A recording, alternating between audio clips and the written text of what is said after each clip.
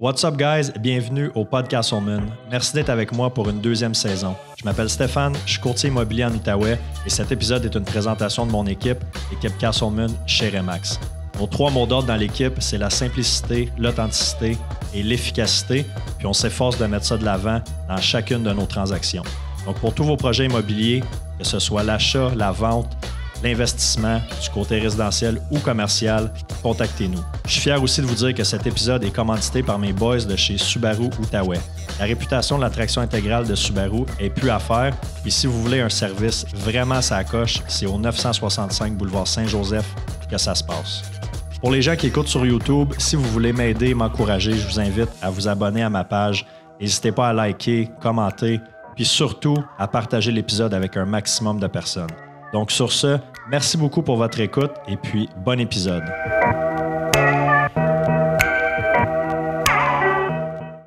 Non, mais c'est parce que c'est un sujet tabou, puis c'est celle qu'on entend le plus. Là. Les courtiers font tout de l'argent, les courtiers font trop d'argent. C'est vrai, ça? On l'entend.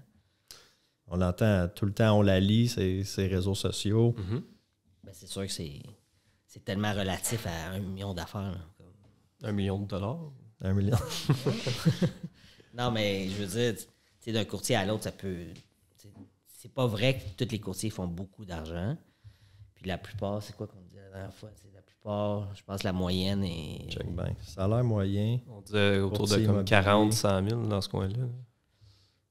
Selon le site du gouvernement du Canada, le salaire d'un courtier immobilier commencerait à 30 000 allant jusqu'à 103 000. Donc, la moyenne est 39 562. C'est ça.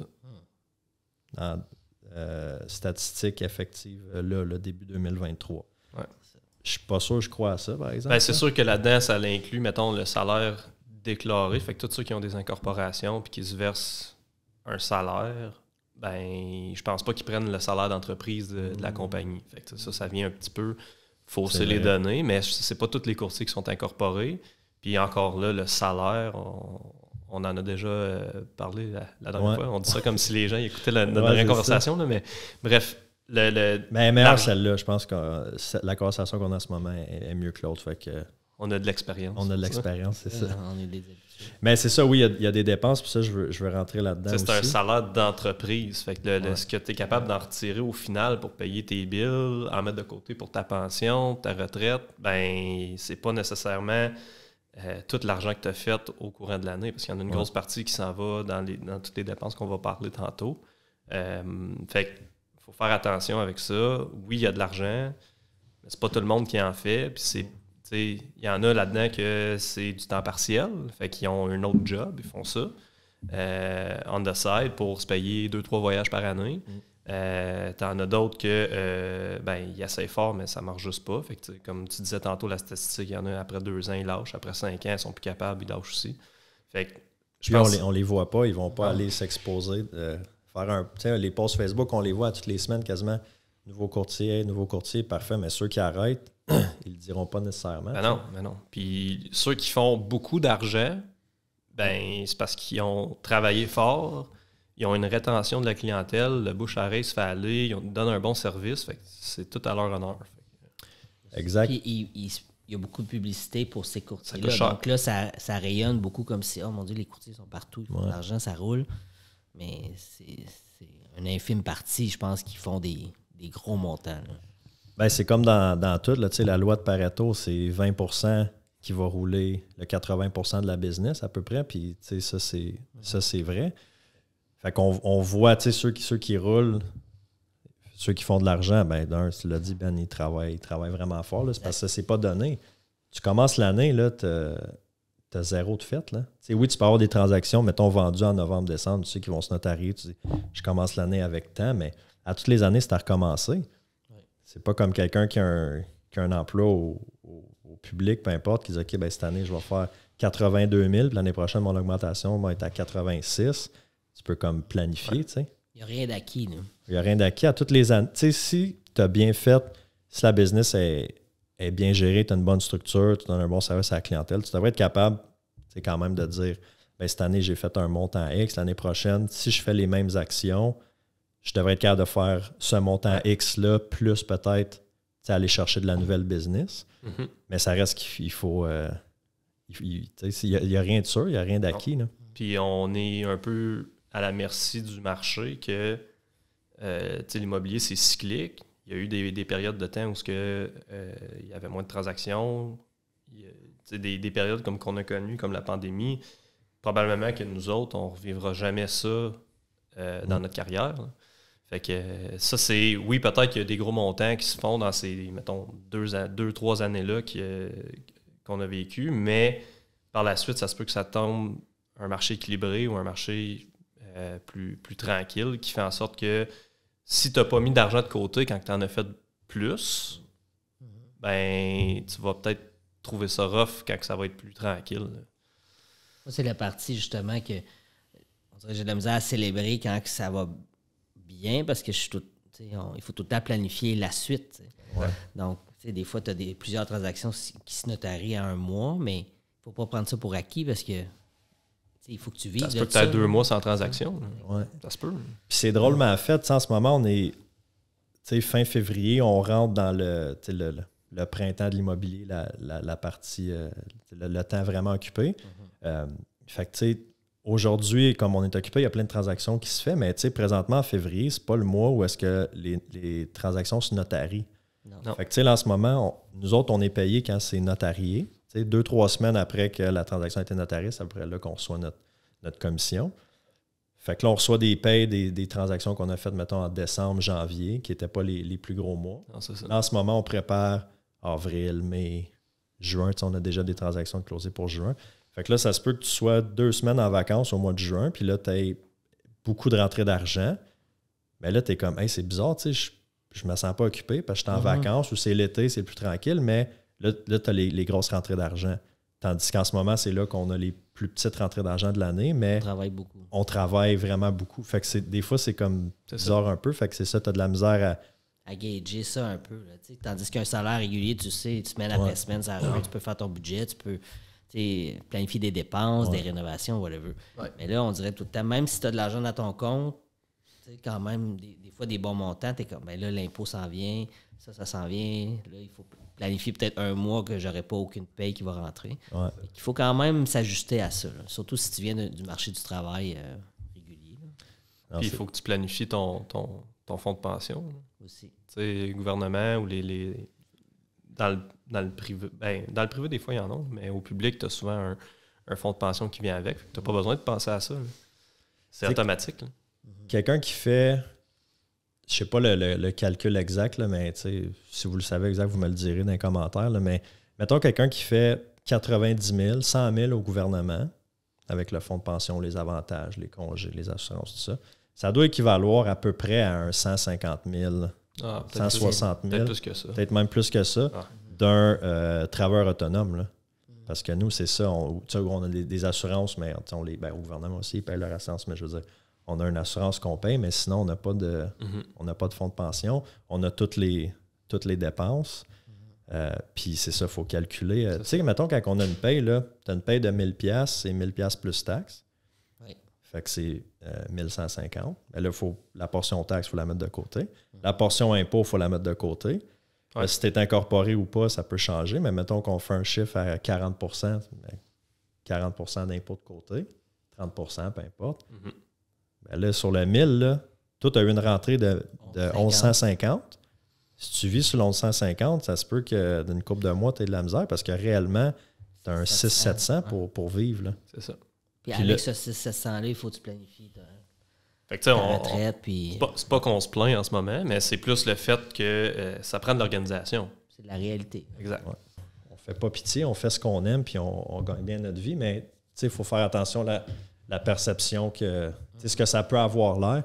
Puis je parlais avec un courtier hypothécaire au début de la semaine, puis il dit, tu serais surpris que lui fait des hypothèques pour des clients courtiers, puis il dit, tu serais surpris le nombre de gens que je rencontre qui ont l'air, puis pas juste des courtiers, là, mais plein d'autres entrepreneurs, plein d'autres métiers que tu penses qui ont la grosse vie, mais après ça, quand tu t'assieds et tu regardes les finances, ils ne sont pas capables d'avoir une hypothèque parce qu'ils sont surendettés, ils n'ont pas l'argent dans le compte. Ça a fait une coupe de 100 000 l'année d'avant, mais ça n'a pas l'argent pour un 5-10% de mise de fonds pour acheter, elle vaut cet argent-là. Fait qu'il faut regarder aussi qu'est-ce qui reste à la fin de l'année. Où est-ce que les dépenses... C'est pas tout le temps qu'est-ce que tu fais qui est important, c'est comment tu le gères et combien il en reste à la fin de l'année. Ma mère, elle me disait tout le temps ça. C'est pas important combien t'en fais, Stéphane, c'est combien il en reste. C'est ça. Et puis pendant un bout, dans mon jeune temps... Il restait pas gros. Il restait pas gros. Tabarnak. Ouais. Mais heureusement, on apprend, là, tu sais. Ah oui. Fait que, tu sais, c'est sûr, pour revenir, tu sais, puis on généralise pas, mais tu sais, un jeune courtier qui est dans la vingtaine, qui commence, qui n'a pas beaucoup d'expérience, c'est normal, peut-être qu'il pense pas à hey, au mois de mars, avril, il va falloir que je paye mes impôts. Puis, tu sais, tu as un cours là-dessus à l'école, mais c'est pas... ça passe vite fait, tu sais. Puis à moins que tu arrives, tu sais, soit dans une équipe où tu commences peut-être un mentor, quelqu'un qui va te dire, tu sais, fais attention, là, c'est important. Oui, tu vas ta paie, mais il faut que tu aies un compte pour tes taxes, tes impôts. Pense à telle dépense. Tu sais, si tu n'es pas bien encadré, ça se peut que la première année, deuxième année, tu aies des mauvaises surprises. Ouais. Mais tu sais, ça, c'est tous les entrepreneurs aussi. Là, n'importe qui est travailleur autonome doit passer par ça. Puis les dépenses, je les ai sorties parce que je pense que ça peut être intéressant de montrer au monde le nombre de... C'est quoi les dépenses qu'un courtier peut avoir. Puis on ne parlera pas de montant, mais juste les énumérer. J'ai sorti mon relevé de compte puis de carte de crédit du mois de janvier. Puis je vous énumère les dépenses. La mise en marché des listings, ça c'est normal. Quand on prend une mise en marché, évidemment, le client, ça coûte de l'argent. Ben, le client, je veux dire, il paye notre commission, mais après ça, tout ce qui est photo, mesure, drone, vidéo, home staging. Il y a une nuance à faire, là, mettons, dans la pandémie aussi, mettons, par rapport à la mise en marché, ben, un courtier faisait sa mise en marché puis il était assuré d'avoir une commission au bout de la ligne, une vente. En ce moment, c'est un autre game. Là. Tu payes pour la mise en marché, tu essaies du mieux que tu peux de bien évaluer la maison puis de faire en sorte qu'au final, elle va se vendre, mais tu n'es pas assuré. Parce que c'est un marché qui est changeant un peu. Un gambling. Là. C'est ça. Je pense qu'on est encore dans un marché de vendeurs quand même, mais on en voit des expirés là, de plus en plus. Là. Fait que, puis je pose la question, puis je suis curieux de vous entendre, les auditeurs, là, qu'est-ce que vous pensez? V'là 2 semaines à peu près, on a une maison sur le marché, ça fait une couple de mois qu'elle est à vendre. On a des visites, mais pas beaucoup de visites en fait, mais on n'a pas d'offre. Puis le contrat de courtage, il expire, je pense, en mai-juin. Mais là, finalement, les vendeurs se reconsultent puis décident de repousser le plan de vente puis acheter, de déménager dans peut-être 1 an ou 2. Je suis parfait, pas de problème. Moi, je suis très... Tu sais, si le client ne veut plus vendre, tu sais, oui, on a un contrat, mais regarde, on l'expire puis on passe à d'autres choses. Je ne m'obstine pas. Tu sais, c'est sûr, je vais poser des questions, essayer de comprendre le pourquoi on peut-tu travailler différemment, mais ceux, ultimement, ils ont décidé de ne pas le faire cette année, ils ne le font pas. Elle me dit, ben là, la cliente, elle me dit, là, je te dois-tu de l'argent pour, tu sais, puis on serait en droit de demander que nos frais soient remboursés. Moi, je ne l'ai pas fait. Moi, je dis, non, je te charge rien. Là, on expire le contrat, puis tout est correct. Je veux dire, votre situation, elle a changé, c'est correct. Au pire, on se reprend dans 1 an ou 2. Le monde qui écoute, est-ce que vous aurez chargé, vous autres, la mise en marché? C'est à peu près 2000 $ une mise en marché, juste pour mettre un chiffre. Là. Mettre une maison sur Centris pour nous, là, je ne veux pas parler pour tous les courtiers, il y en a peut-être c'est plus, il y en a peut-être c'est moins, mais pour nous, avec tous les frais que ça implique, c'est à peu près 2000 $. L'auriez-vous chargé, vous autres? Ben là, je pose la question au monde qui écoute, mais vous autres, les boys, qu'est-ce que vous auriez fait? Ben non, c'est l'expérience client qui vient avec ça. Parce que si tu commences à t'ostiner avec le client, puis que tu vas... Tu sais, c'est tout le temps, pas le client a raison, là, mais tu sais, c'est... faut que tu penses plus loin. Si tu commences à dire non, tu me dois de l'argent, puis on avait un contrat, puis c'est une mauvaise expérience. Puis il va sûrement aller en parler à 10 personnes dans son entourage. C'est pas bon. Mais c'est pour ça que je dis, quand tu mets une maison sur le marché, il y a un risque. Il y a un risque. Il y a un risque qu'au final, tu dépenses, puis que ça se vende pas. Ouais. Fait que ça, c'est un risque qu'on assume, puis ça fait partie, encore là, on se plaint pas, ça fait partie de la job, on le sait quand on prend un listing que ça se peut que ça se vende pas, mais tu sais, des fois, tu prends un listing, le client veut 50 000 de plus que ça vaut. C'est beau de vouloir dire au client, ben regarde, on va le laisser. Je pense pas que ça vaut ça, mais je veux signer le listing à tout prix, fait que je vais le prendre à 50 000 de plus. Mais il faut se poser la question. Moi, je vais investir du temps et de l'argent là-dessus. Je vais faire travailler une adjointe, un photographe, un homestager. Je vais faire travailler du monde. Là. Puis moi aussi, je vais travailler. Est-ce que c'est un investissement? Est-ce que je vais réussir à la vendre, cette maison-là? Fait que ça, il faut faire attention. Fait que tout ce qui est mis en marché. Après ça, la CIO, la Chambre immobilière de l'Outaouais, on a un frais mensuel à payer avec eux pour avoir accès à tous les outils, le Centris, Prospect, tout ça. Cadeau client. Hein, quand on finalise une transaction, souvent, on va vouloir donner quelque chose à nos clients pour les remercier. Tout ce qui est auto, gaz, assurance, réparation, tous les frais en lien avec une auto. Là, tu vas me dire, si je n'étais pas courtier, si je travaillais à une autre place, j'aurais une auto pareil. C'est vrai. Sauf que ça a quand même sorti dans les... Mais l'usure est plus... Il y a plus d'usure. On en met du gaz puis on en fait du kilométrage. C'est pas mal plus que quelqu'un qui va à son bureau, bureau tout le temps. J'ai changé d'auto récemment, puis ça faisait pas tout à fait 2 ans que je l'avais. Mettons, ça faisait 22 mois peut-être. Puis il y avait 50 000 km dessus. J'ai fait quelques voyages Montréal, Québec. Mais c'est... Puis tu habites en ville. J'habite à 2 km, même pas, 1 kilomètre du bureau, je sais pas. Mais il y a un temps, j'étais à Elmer, fait que je faisais un peu plus, mais tout est à Val-des-Monts. Fait que ça peut monter vite. Registre foncier, c'est niaiseux. Tu sais, quand un client te dit tu peux-tu checker ça au Combien registre? il a payé? Combien il a payé? Ben, tu sais, si c'est sur Centris, on le voit. Ouais. Mais mettons, c'est une vente hors marché, combien il a payé? On le fait, mais que le montage, c'est 1$ par clic sur le registre foncier. Tu sais. Des fois, ça en prend du clic pour avoir la réponse aussi. Ouais, c'est ça, parce que là, tu n'as pas, il faut aller checker. Pas aussi facilement qu'on pense. Dans plusieurs dossiers, fait que ça te prend... C'est un système très archaïque, là. Il serait dû pour le changer. Ça, c'est fou, ce système-là. Mais tu sais, c'est niaiseux, mais tu sais, c'est un 27$ un mois de clic, mais Colin, c'est ça, pareil, il faut payer. Tout ce qui est réseaux sociaux, Facebook, Instagram, les pubs qu'on paye, ça rentre dans le marketing, mais ça paye quand même. Tous les abonnements pour, mettons, Canva, sur lesquels on fait nos visuels, Later pour programmer les posts, tu fais du vidéo, tu as les sous-titres en dessous, tu as un frais mensuel ou annuel pour cette application-là. Fait que tu sais, plein d'applications qui rentrent en ligne de compte. Les envois postaux, que ce soit d'envoyer des lettres plus personnalisées aux voisins ou juste le gros mass mailing de flyers. Tout le marketing, ça monte vite. Oui. Mais tu sais, marketing, ça peut être large, mais ultimement, le CRM, on a des frais mensuels pour le CRM. CRM, Customer Relationship Manager, c'est notre système de notre base de données, dans le fond, là, qu'on a l'information de tous les clients. Une autre grosse dépense, abribus, autobus. Ça, c'est une dépense marketing, mais c'est pas des dépenses qui sont obligatoires. On peut très bien faire le travail sans ça, mais on veut avoir de la visibilité aussi. Puis, tu peux te faire connaître. Si les gens ne te connaissent pas, ils ne t'appellent pas. Là. C'est question de choisir son média aussi qu'on veut exploiter. Ouais, ça, c'est des frais. C'est pas donné. Non, c'est pas donné. Fait que, tu sais, c'est des choses à prendre en considération. Nous, on a pris la décision d'avoir un bureau à part des bureaux de Remax. Donc, tu sais, le loyer du bureau. Un courtier, habituellement, qui va avoir un bureau dans une agence, ça va être moins. Là, on parle d'une coupe de 100$ peut-être par mois pour avoir son bureau de 150 pieds carrés, peut-être.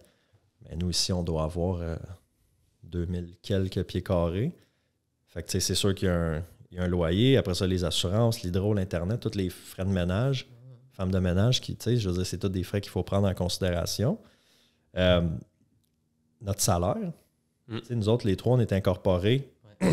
Fait qu'après ça, il faut se payer un salaire ou se payer en dividende, peu importe. Mais ça sort du compte quand même. Comptable, frais de comptabilité. Ouais. Quand on a la première tentative de l'épisode qu'on a faite lundi, là, quand la cam a fucké, j'avais pas reçu encore ma facture de comptable. Moi aussi, je l'ai reçu. Il t'a envoyé ça? Ah ben, Surprise. Surprise! Ça, c'est, tiens, voilà ce que tu dois au gouvernement, puis voilà ce que tu dois à ton comptable. Fait que j'ai fait, OK. Ouais. C'est à prendre c'est à prendre. C'est pas juste un rapport d'impôt avec un T4. Là. Ah non, c'est ça. C'est pas chez H&R Block à 122$, puis merci, bonsoir. Ça coûte pas mal plus que ça. On a la chance d'avoir 2 adjointes avec nous. Oui. Une adjointe administrative. Merveilleuse. Vous écoutez ça, les filles. Je ne sais pas ce qu'on ferait sans vous. Sam aussi qui va faire tout le homestaging. C'est quoi le vrai terme? C'est valorisation immobilière, c'est ça? Ça me semble pas immobilière. C'est quoi? Valorisation résidentielle. En tout cas, homestaging. Qui va s'occuper des réseaux sociaux aussi, puis plein d'autres tâches. Fait que, tu sais, pas 2 adjointes à temps plein. Ça coûte ce que ça coûte. Les permis de courtage, il faut qu'on les paye à toutes les années. Puis on a parlé, je ne l'ai pas écrit là, mais on a parlé tantôt les UFC, là, les formations. Il y en a qui sont obligatoires gratuites. Il n'y en a pas beaucoup qui sont gratuites, par exemple. C'est ça. Sinon, il faut payer. Puis tu sais, ça peut monter vite. Ça dépasse le 1000$ par année là, juste pour aller avoir tes UFC. Après ça, tout ce qui est coaching, formation, mais autre que ce qui est obligatoire. Veut pas, je pense qu'on est tous pareils dans l'équipe, qu'on veut être la meilleure version de nous-mêmes. On a un mindset de tout le temps se développer, tout le temps d'apprendre. Fait on va se prendre des formations, des coachings autres que juste que l'OASIG nous donne. Les frais de bannière. Ça, c'est un gros chunk. On ne parlera pas trop des frais de bannière parce qu'en ce moment, les frais de bannière, c'est comme... Mais peu importe où ce que tu vas, à moins que tu sois comme à ton compte, là, mais il n'y en a pas beaucoup. Là. Mais tu as des frais de bannière à payer. Mais si tu es à ton compte, tu as bien d'autres frais que tu n'as pas. Exact. Fait que c'est des frais que tu payes puis qui t'amènent... Oui, ça t'amène une visibilité, mais ça t'amène pas nécessairement le client. Parce que c'est pas vrai que, mettons, peu importe le Royal Lepage via Capital ou Remax, ils vont dire « Hey, salut Stéphane, j'ai un client pour toi. Va vendre sa maison, puis on te donne une paye après. » C'est pas comme ça que ça marche. Là. Exactement. Il y en a des fois qui vont appeler au bureau de Remax, puis c'est retransféré sur notre téléphone. Mais... C'est pas arrivé encore. Non? Non. On est arrivé une fois en 2 ans. Sur... c'est vrai, proche de l'hôpital. Ouais. C'était une belle deal, ça, en plus. Mais c'est ça, tu as les frais de... Puis tu sais, il y a différents plans, différentes agences, différents plans. Quand j'ai commencé, moi, j'ai regardé 1, 2, 3 agences. J'étais pas mal aligné, j'étais pas mal sûr d'aller chez Remax Vision, mais je voulais quand même comparer, puis ça revient du pareil au même. Il y a différents plans, il y en a qui vont prendre plus de pourcentage sur ta commission avec des plus petits frais mensuels. Il y en a qui c'est des plus gros frais mensuels. Peu importe, je pense qu'en bout de ligne, ça s'équivaut. Puis, mais tu sais, dépendamment où ce que tu vas, tu as quand même un gros montant. Avant de commencer à faire $1 là, personnel, tu as un gros montant en termes de frais de bannière à envisager avant de commencer. Tu sais, je ne veux pas nécessairement te donner les chiffres, là, mais c'est des plusieurs milliers de dollars. Là, tu sais. On peut les donner. Moi, je pense... Il faudrait que je refasse le calcul, mais mettons, entre 12 à 15 000, ça m'avait coûté entre le moment où je décide de faire mon cours puis le moment où je vais à ma première maison. Là, en frais de pas de formation, mais de formation là, d'école. L'examen de l'OASIC, le permis, chambre immobilière, la CIO, après ça, tu t'en as acheté tes lockbox, tes pancartes, tes cartes, tu sais, tout... n'importe quel business, il y a des frais de démarrage. Fait que nous, c'est ceux-là. C'est les frais de démarrage, mais... C'est quand même pas si pire. Imagine ouvrir un restaurant. Ça coûte bien plus que 15 000 l'ouvrir, puis tu n'as pas fait une scène encore. Fait que ça revient au fait que c'est quand même relativement accessible de devenir courtier parce que ça prend pas des études de 4 ans puis tu n'es pas endetté de 100 000 quand tu sors de l'école. Sauf que souvent, on a peut-être la perception que c'est un job, tu sais, je vais arriver là, ça coûtera, je vais me faire donner de la business, puis je vais commencer à avoir. On l'entend souvent, tu sais, mettons, tu parles avec quelqu'un qui ne connaît pas le courtage, il va dire tu travailles pour qui? Tu travailles-tu pour Remax? Ou, c'est pas comme ça que ça fonctionne. Tu travailles pour toi-même, puis tu as une bannière avec laquelle tu es affilié qui te donne une visibilité. Mais Remax, c'est pas tant notre employeur là, de la ligne. Là. Il nous accompagne, il nous donne des outils, il nous donne de la visibilité. Mais on les paye. C'est ça, exact. Oui, c'est ça. Puis on en a pour notre argent, dans le sens que nous, on a l'équipe, on a nos adjointes ici pour l'équipe Castleman, mais après ça, notre dossier, quand il est finalisé à l'interne, il s'en va au bureau de Remax à Hull ou à Gatineau. Là, il est traité, il y a le lien avec le notaire, c'est eux qui font tout le calcul pour les payes, paquet d'autres choses qu'ils font à l'interne. Fait qu'on a on en a pour notre argent, mais ça pour dire qu'il faut. Puis là, il y a Remax Québec. Vision, Remax Québec, Remax International. Oui. Faut tout le monde. pour la diffusion sur les sites, puis tout ça, exactement. Il faut savoir aussi, avant de prendre notre décision pour les frais d'agence, il faut toujours prendre notre décision sur des revenus qu'on ne connaît pas. Ouais. Il faut choisir notre option de plan. Plan de rétribution, ouais. Exactement. Sur OK, ben combien je planifie faire, mais ça, c'est des fois la décision est touchée à prendre parce que tu ne sais pas. Là, à moins que ça fasse 5-6 ans que tu as un revenu stable, puis tu sais que tu es capable, un peu comme ça vous disais tantôt, tu es capable de planifier un peu qu'est-ce que tu vas faire comme entrée d'argent. Mais là, c'est plus facile de choisir ton package. Mais au début, comme nous autres, quand on commence, on nous dit ben là, si tu préfères faire tant, c'est tel package qui est mieux. Puis j'ai aucune idée combien je vais faire. C'est ça. Le plus possible. Mais c'est ça. Un autre frais commandite. Moi, je commandite une équipe de soccer. Matt, il a fait un post là, une semaine, 2 semaines. Il commandite une équipe de ringuettes. Ça donne une belle visibilité. C'est des bonnes causes. C'est le fun de pouvoir contribuer à ça. Ça reste que c'est de l'argent qui sort du compte quand même. Le podcast qu'on est en train de faire, là, l'équipement, je l'ai acheté. Fait que ça a coûté ce que ça a coûté. Mais après ça, à toutes les semaines, d'en produire un, il y a un frais. J'ai un monteur. Félix, what's up? Je te vois. Il y a un monteur qu'il faut payer. Après ça, les clips, les reels, il y a des frais de production aussi de montage. Fait quoi, un podcast, reels, site web qu'on a fait récemment. Fait que là, ça a passé dans le compte au mois de janvier. Fait que tu sais, site web. Après ça, tu as tout ce qui est tout ce qui découle. Fait que toute la pub numérique là, sur Google, sur les autres sites, le SEO. On rentre là-dedans le plus activement là, pour 2023. Mais c'est des gros frais mensuels. Les logbox, les pancartes. Les outils de travail, là. Les ordi, les cells. Ah ouais. Il faut être équipé. Là. Hier, je sors une pancarte Visite Libre.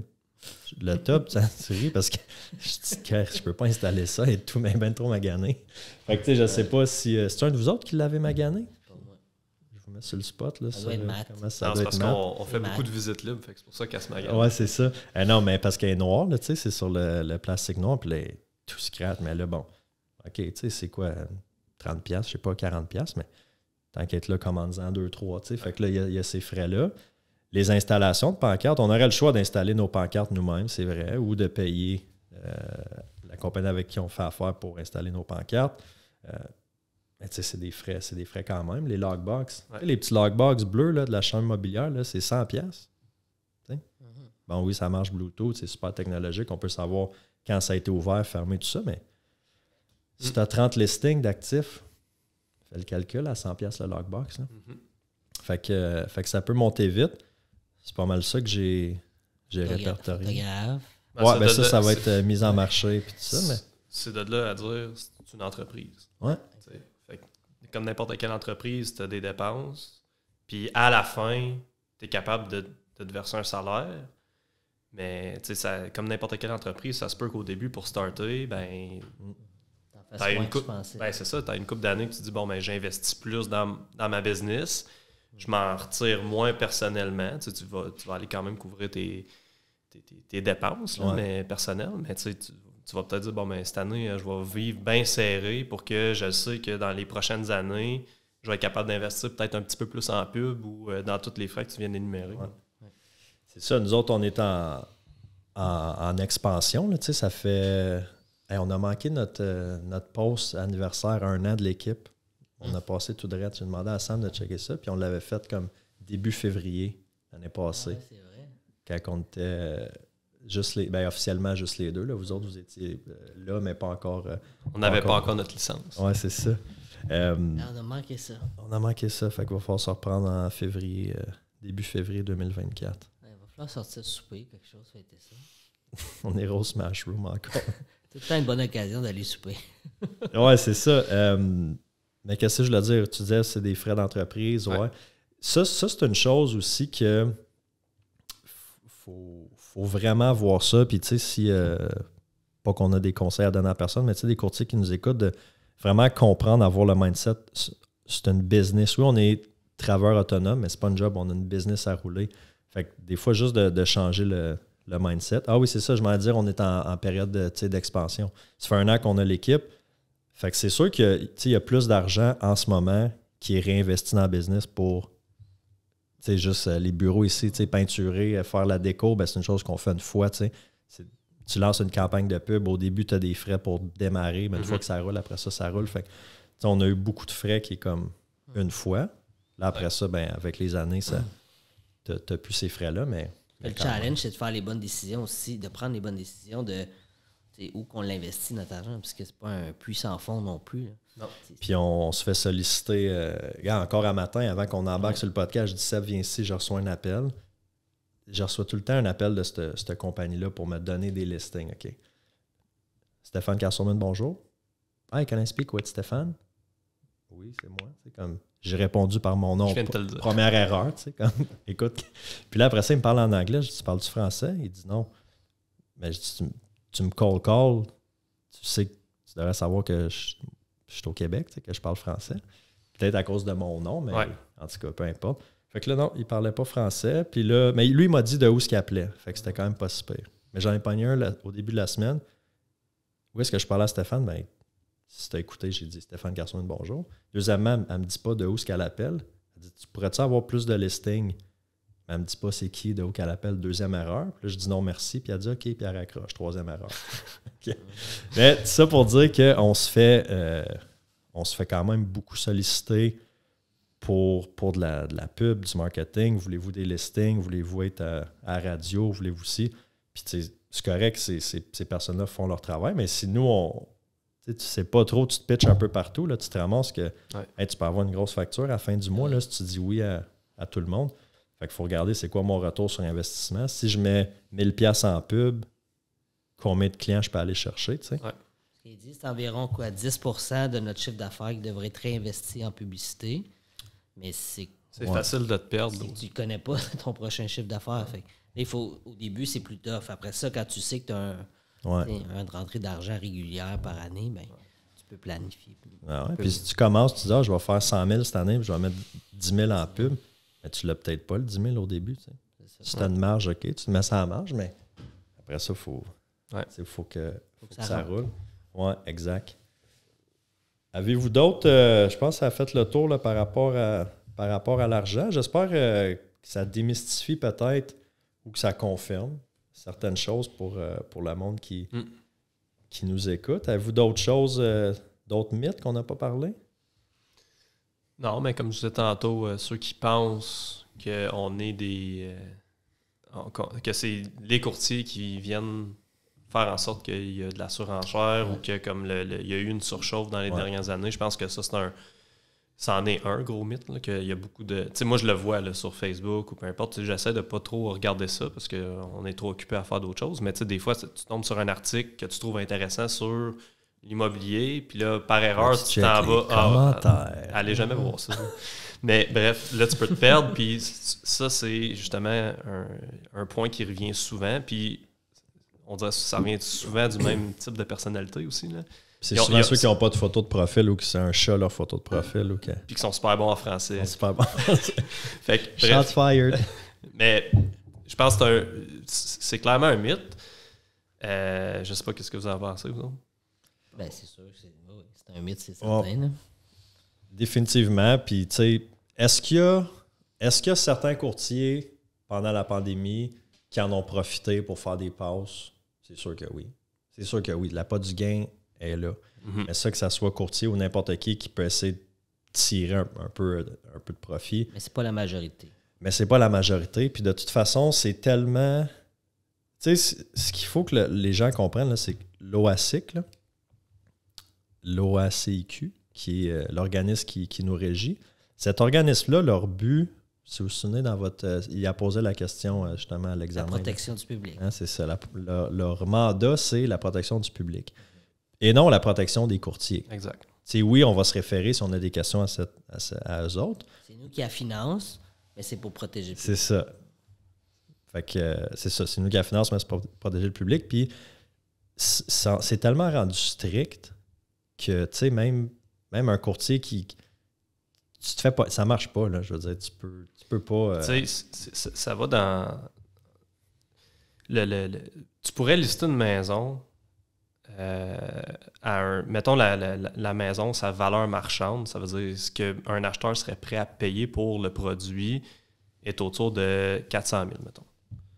Puis tu la listes, mettons les gens qui disent qu'on gonfle les prix puis qu'on fait exprès que la valeur immobilière augmente, bien cette maison à 400 000 là, tu te dis je vais la mettre à 600 000 parce que je veux plus de commission, moi. Moi, je paye à la commission, fait que si je mets plus cher, je vais être payé plus cher. Ben, si l'acheteur qui travaille probablement avec fort probablement qu'un courtier va voir cette maison-là, peut-être qu'au début, il va la trouver bien belle, puis il n'est pas nécessairement au courant du marché, mais s'il va se référer avec un courtier, son courtier ne va pas lui dire « Non, go, vas-y, c'est l'aubaine. » Il va dire « Non, regarde autour. Le même comparable, il vaut 400. » Fait que cette maison-là est trop chère. Fait qu'elle ne se vendra pas, cette maison-là, qui est trop chère. Puis souvent, c'est ça, quand on arrive en évaluation, surtout avec ce qu'on a connu dans les 2 dernières années, ben le vendeur a une idée par rapport à la valeur de sa maison qui est souvent erronée, beaucoup trop élevée. Puis nous, il faut tempérer ces attentes. Il faut lui dire non, ta maison, elle vaut beaucoup moins que qu'est-ce que tu penses.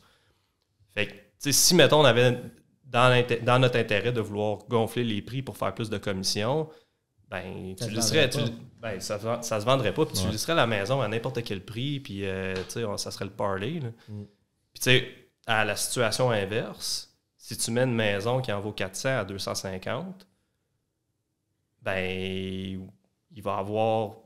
Tu sais, les gens disent, ça vaut pas ça, elle vaut moins, mais là, tu vas avoir peut-être 200 personnes qui vont faire des offres d'achat sur cette maison-là. Fait que là, oui, tu vas aller comme fausser les données, puis tu vas créer une situation. Là. Fait que c'est là, si tu en mets 250, on en vaut 400, elle se vend 400, c'est là que les gens, ben là, voyons donc. Comme... Il a vendu 150 000 au-dessus du prix, ça n'a pas de bon sens. Elle aurait dû être pricée au bon prix tout de suite. C'est ça. Mais je pense que ce mythe-là vient surtout de, tu sais, tu es d'une situation de surenchère. Mettons, moi, je suis le courtier vendeur, inscripteur là, qui vend la maison. Toi, tu représentes ton acheteur. Mettons, on parle de la même maison à 400 000. Tu me fais un offre à 400 000. Là, Seb, il arrive de l'autre côté. Puis là, moi, je vais dire, « Hey, Seb, si tu veux la maison, rentre à 410. » Là, tu me fais un offre à 410. Là, je me retourne. « Hey, Ben, j'ai eu un offre de Seb à 415. Si tu veux avoir la maison, rentre à 420. » Puis, mais c'est pas ça, là, tu sais. Ben non. Mais c'est aussi... on n'a pas le droit de faire ça. Non. Puis c'est pas, tu sais, on avait les offres, là. Tu sais, c'est sûr que je vais faire un appel à Ben. Hey, ton offre à 400 000, parle-moi de ton client. Son financement est solide, on a-tu une pré-appro? Tu veux faire une inspection, parfait. Ou ça, on peut parler des inspections après. Là, enlève ton inspection, tu vas l'avoir à la maison. Là. C'est pas la majorité des courtiers qui conseillent ça à leurs clients. Mais après ça, je vais dire, parfait, tu vas faire ton inspection, mais là, tu as vu que le toit est à changer. Puis le dégât d'eau qu'il y a eu, voici l'explication, blablabla. Puis tu as vu que le chauffe-eau, c'est un 2009, il va être à changer. Ouais. Fait que je veux juste m'assurer qu'il n'y aura pas de renégociation par rapport à ça après l'inspection, là, juste pour gérer les attentes. Ouais. OK, non, parfait. Bon. Fait que oui, il y a un appel pour savoir c'est quoi la prise de possession idéale pour ton client. Parle-moi de oui, mais de dire rentre à ce prix-là, puis tu vas l'avoir. Là, tu vas retourner de bord. Puis non, ça, c'est une affaire, par contre, qu'on voit les gens qui vendent tout seuls parce qu'eux ne sont pas régis par l'OASIC. Non. Puis ça pas, ça t'est déjà arrivé de faire un offre sur à vendre par le propriétaire, pour ne pas nommer, hein? Quelqu'un qui vend par lui-même, qui prend ton offre, qui se retourne d'abord, puis qui appelle ses 3 autres acheteurs potentiels qui ont visité. C'est vrai, j'ai eu un offre à 400, combien tu es prêt à m'offrir? Ben, moi, je vais aller à 405. OK, parfait. Appelez l'autre. Ah, ben moi, je vais aller à... Fait que, tu sais, souvent, c'est peut-être le contraire. Le client, dans le public en général, qui aimerait que ça devienne quasiment des surenchères. Un des problèmes qui a fait que... parce que là, c'est à l'aveugle que ça vienne... Exact. C'est que là, on ne sait pas les autres offres. Fait que c'est ça qui vient des fois que les gens pensent que les courtiers, là, on traficote parce que on ne les sait pas les autres offres. Fait que ton conseil à ton client, tu n'as pas le choix de dire fais ton meilleur. Tu sais, nous autres, pendant la pandémie, on disait fais ton meilleur. Tu sais, donne le meilleur que tu peux jusqu'à un montant que tu vas dire, gars, je ne suis pas déçu de l'avoir manqué rendu à ce montant-là. Ouais. De dire, gars, tout en sortant des comparables pour que la personne soit bien alignée sur un prix de vendent. Sauf d'un autre côté, des fois, les gens partaient fous du fait que ça fait des mois qu'ils cherchent, sont mal pris, il faut qu'ils trouvent absolument. Puis c'est là, des fois, qu'on se retrouve dans des situations que les gens donnaient des 100 000 de plus. Mais c'est qu'on ne connaît pas les autres offres. Fait que c'est dur d'aligner les gens, de dire, ben là, si tu donnes ça, tu vas l'avoir. Fait qu'il fallait aller à l'aveugle. Il n'y a rien de pire, là, donner des conseils à l'aveugle. Ouais. Fait qu'on essayait de les conseiller du mieux qu'on pouvait. Mais il y a eu des études qui ont été faites dans d'autres pays parce que ce système-là d'aveugle puis des offres ouvertes, il y a des pays où c'est des offres ouvertes. Ouais. Si tu es en offre multiple, tu vois le montant. Puis ce qu'ils ont déterminé, c'est que le fait qu'il y a des offres ouvertes, que tu vois les montants, des fois, ça peut amener une situation pire en termes de surenchère. Ouais. Parce que tu vas tout le temps quelqu'un qui va être prêt à mettre un petit peu plus que l'autre. Ben oui, combien de fois ça t'est arrivé, tu fais un offre avec un acheteur à 400 000, refusé, t'envoies une semaine, 2 semaines après, des fois 4 semaines après, le temps d'avoir le financement, des fois c'était long pendant la pandémie. Bref, t'envoies vendu à 406. Là, j'aurais été prêt à mettre plus. Ah, fuck, avoir su, j'aurais été à 410. OK, mais celui qui a rentré à 406, si toi, tu avais été à 410, il aurait été à 412. Puis là, jusqu'à où ça aurait monté? Exact. Fait que, parce que là, ça a fini à 406. C'est ça. Puis dans l'exemple. Ouais. Puis, tu sais, faites le calcul à la maison, là, sur, mettons, 15 000. Là, mettons là, qu'on dit que la commission d'un courtier collaborateur, celui qui représente l'acheteur, mettons, ça va être 2 %. C'est à peu près ça la norme. C'est quoi 2 % de 15 000? C'est-tu vraiment ça? Es-tu prête à comme mal conseiller puis servir ton client puis Non. pour 2 % de 15 000? Jamais de la vie. En tout cas, si oui, t'es peut-être pas dans le domaine. T'sais.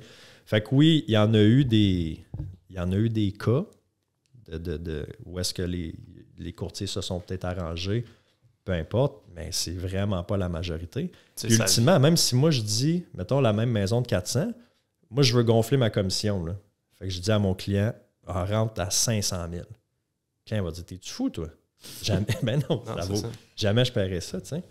Fait qu'après ça, est-ce que. Puis là, moi, je vais perdre ma crédibilité. Tu te mets à risque aussi d'une plainte, là. Ben oui. Tu perds ton permis, c'est fini, là.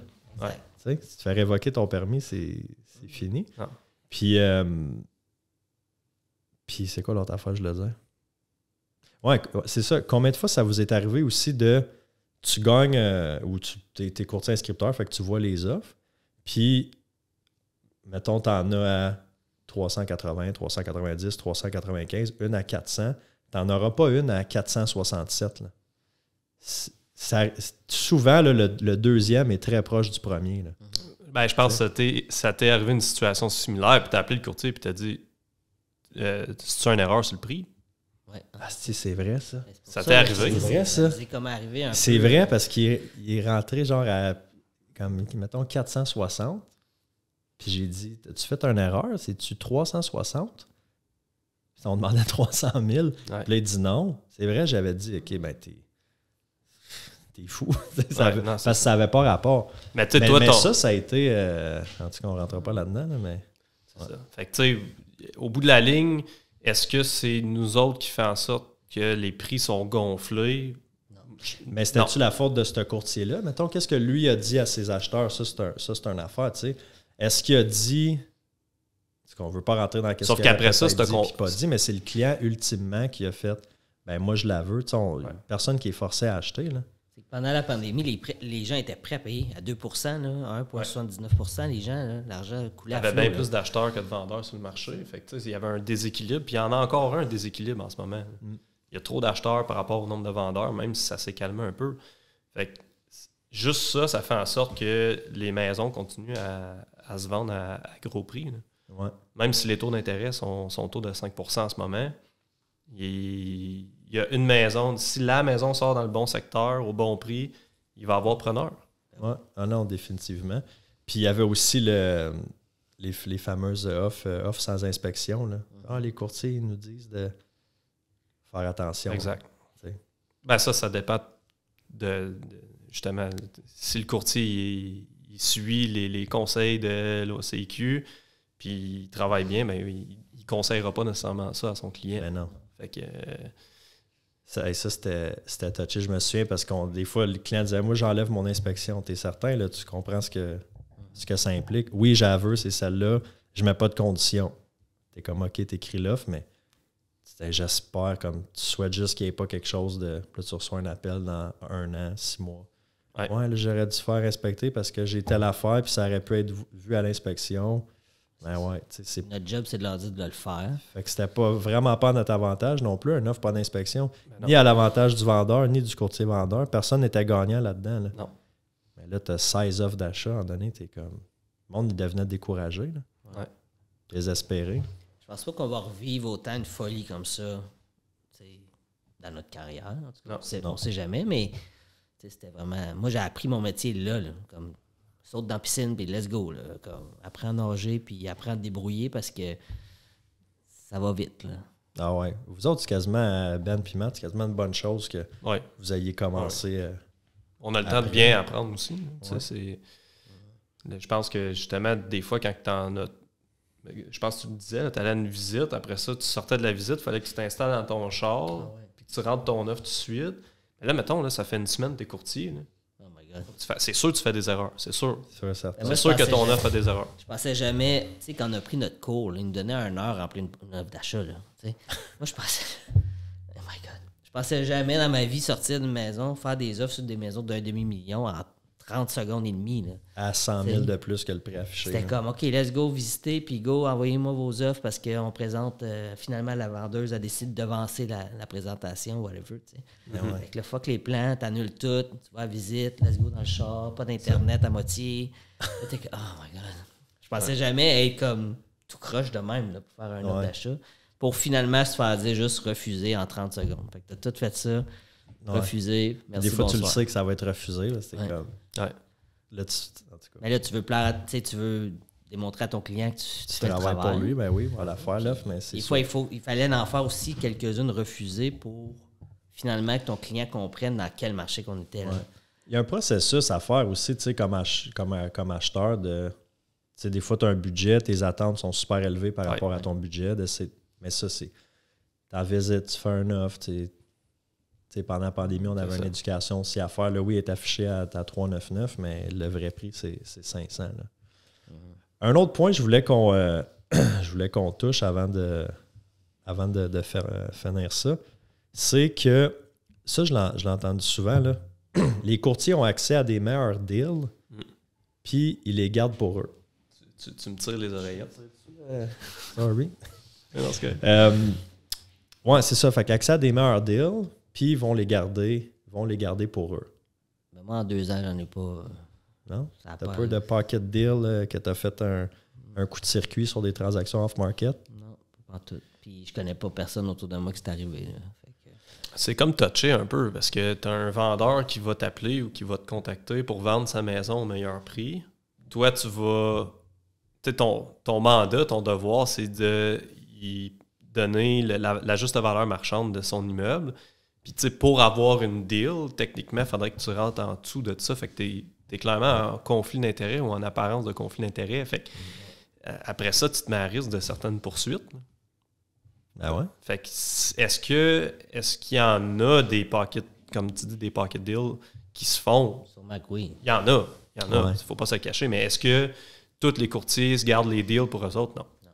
Clairement pas. Puis, non, ça, tu as raison. Puis, il faut être en mesure de l'acheter. Oui. Il faut que le courtier soit capable d'avoir soit l'argent pour le payer ou d'être capable d'avoir une hypothèque. Ce qu'on va voir, pas souvent, mais ce qui est peut-être un peu plus commun, c'est, mettons, tu as un listing qui est sur le marché depuis un bout, puis il ne se vend pas pour telle raison, parce qu'il n'est pas dans un bon secteur où il y a trop de réno. Peu importe la problématique, des fois, ça peut être ça se vend pas parce qu'il y a un locataire qui est là, puis une maison unifamiliale, mettons, qui est louée pour encore, c'est pas sexy pour les acheteurs. Puis là, tu pourrais voir finalement hors marché, puis acheter par le courtier. Ouais. Le courtier est là, il connaît la maison. Le vendeur, il est comme, gars, moi, il faut absolument que je vende. Là. On demandait 300, mais comme à 250, il faut vraiment que je vende, je la laisse aller. Mm-hmm. Courtier qui est entrepreneur aussi fait, ben écoute, moi, à 250, je serais prêt à te l'acheter. Ouais, je serais prêt. Parfait. Mets fin au contrat de courtage. Puis là, ben, Edith, notre dirigeante d'agence, va être contente que je dise ça, mais la chose à faire, parce que on a eu une formation hier pour les nouveaux, la chose à faire, ça serait en même temps de dire que tu es intéressé pour l'acheter, dû y recommander de se faire conseiller par un autre courtier. Exactement. De son choix. De son choix. Là, tu signes un avis de divulgation. Puis, fait que Edith, si tu écoutes ça, là, tu vois, Ben, il a écouté à ta formation hier. Ben, c'est vrai, parce que là, lui, il faut qu'il soit représenté aussi. Mais tu sais, ça, je pense que c'est quelque chose que tu vas peut-être voir. C'est pas aussi commun que les gens peut-être pensent. Ben non. Puis tu sais, des fois, la deal est pas... Quelqu'un qui te dit « Hey, si t'as une deal, tu me l'enverras. » Ça, on l'entend souvent des investisseurs. Là. C'est ça. Mais tu sais, souvent, la deal n'est pas tant agréable à recevoir. Là. Tu vas dire, ben, j'ai quelqu'un de motivé à vendre à tel prix, mais c'est parce qu'il y a bien des rénaux à faire ou puis ben finalement, je ne veux pas m'embarquer là-dedans. Ouais, ben, c'est ça, les deals. Souvent, les deals, c'est la valeur que tu es capable d'aller chercher après avoir réglé les problèmes. Ouais. Fait que si tu n'es pas prêt à le faire, tu veux du clé en main, ben, tu vas payer le prix, puis ça ne sera pas une deal. Non, c'est que tu achètes les problèmes des autres et tes règles. C'est ça. C'est ça une deal, là, souvent. Là. C'est que la personne est désespérée, puis débarrasse-moi d'une épine dans le pied. Là, exact. Souvent, on l'entend autant des acheteurs pour propriétaires occupants, mais surtout les investisseurs. Puis, tu sais, les nouveaux investisseurs, là, c'est un deal pour un duplex, un triplex. Là, je suis acheteur, mais il faut que ça soit une deal. Je ne suis pas pressé, mais si je vois une deal, je vais l'acheter. C'est quoi exactement une deal, puis t'es-tu prêt? Parce que si la deal, elle passe, il faut que tu sois prêt. Là. Faut être à mise de fonds, faut être à prêt à pour, il faut que tu sois comme, OK, je suis capable de l'acheter là. Il y en a d'autres qui vont l'être prêt.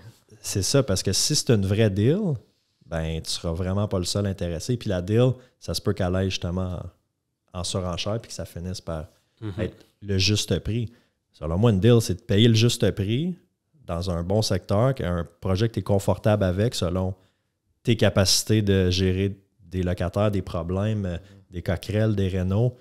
J'en ai acheté un immeuble qui était une deal, mais finalement, quand tu visites, t'es comme, c'est pas tant de deal que ça parce que tu as du ménage à faire. Il y a de l'ouvrage à faire ici. Mais tu voyais le potentiel. Ouais, je voyais le potentiel. Puis, tu sais, faut que ça fitte dans le temps aussi. Ben, quoi que je dis ça, non, c'était vraiment pas un bon temps pour moi d'acheter. Là. Je venais de commencer comme courtier, puis j'avais comme pas vraiment le temps. Mais finalement, je l'ai fait, puis ça s'est avéré être une deal, mais j'en ai passé du temps, puis ça a été stressant. Oui. Là. Fait que, tu sais, une deal, oui, mais c'est pas la même deal pour tout le monde, tu sais. Il faut être prêt à se saler les mains souvent. C'est que les investisseurs, les nouveaux ou qui écoutent plein de formations de 101 d'investisseurs, ben, moi pas là-dessus, là, c'est coach. Ils disent pas tant, là, tous les mauvais côtés qu'il faut que tu sois prêt à passer à travers pour réussir. Ouais, c'est souvent plus compliqué que... On glamourise les bons côtés de l'investissement. Là. Achète des portes, optimise, refinance, flip, achète. C'est plus compliqué que ça. C'est bien beau sur papier, là, mais quand tu deals avec des êtres humains, puis tu as des problèmes, puis des dégâts d'eau, puis un qui ne paye pas, puis le chauffage qui pète, ça m'est arrivé en arrière, là, au mois de janvier, là, moins 20, le chauffage pète. Fuck. Faut que je règle ça là. Le chauffage, c'est comme... C'est important. Tu peux pas attendre. Non, c'est ça. Fait que, moi, c'est plus le côté humain, c'est ça qui... Ouais. Parce qu'il n'y en a pas un qui agit pareil. Là, toi, t'as bien beau être... moi, je suis cartésien, fait que j'ai mes immeubles, mais l'humain dedans... C'est bien beau les chiffres, tout ça, la rentabilité, puis mais l'humain là-dedans, ça prend une grosse place. Là. Il faut être prêt à dealer avec. Ouais. Ça conclut pas mal notre épisode Mythe et réalité. Prise 2. Prise 2, mais là c'est la bonne, là, les cams. Là, je vois que cherchez pas la première, elle sortira pas. Elle n'est pas là. Mais non, je pense que c'est un épisode qui va intéresser le monde, là, de savoir un peu qu'on décortique ça. Puis on voit qu'il y a beaucoup de mythes que c'est peut-être juste de l'incompréhension ou du jugement, pas méchamment, mais du jugement de... Une perception. Exactement. Comme nous autres, on peut avoir des jugements peut-être sur d'autres métiers, mais ultimement, si tu avais une question, un préjugé pour poser la question. Tu sais. Des fois, là, tu connais pas quelqu'un, tu le juges, lui, puis je suis le premier, là, moi, je suis pas... Je juge le monde. Là, tout le monde a un jugement un peu facile. Ben, tu sais, des fois, tu penses qu'une personne est de même, tu y parles, finalement, Colin est vraiment chill, cette personne-là. Ou à l'air chill, tu dis, finalement, c'est un trou de cul. De peut-être juste ouvrir les horizons. Puis, si vous en avez d'autres, des mythes, vous voulez qu'on décortique, là, écrivez-nous-les dans les commentaires. Fait que merci les boys de vous être prêtés au jeu. Merci. Premier podcast. Ça a bien été. Oui. C'est à vous autres là, de faire les vedettes. Là. Ben là, écoute, pour une deuxième prise, on était plus à l'aise que la première. Ouais, oui, c'est ça. Ben là, vous faites des vidéos en store puis tout, là, vous êtes rendus des experts des. Bon, on va aller vendre des maisons. On va répondre au téléphone. On s'en va retourner nos appels de suivi. Là. Bonne semaine tout le monde. Merci, bye.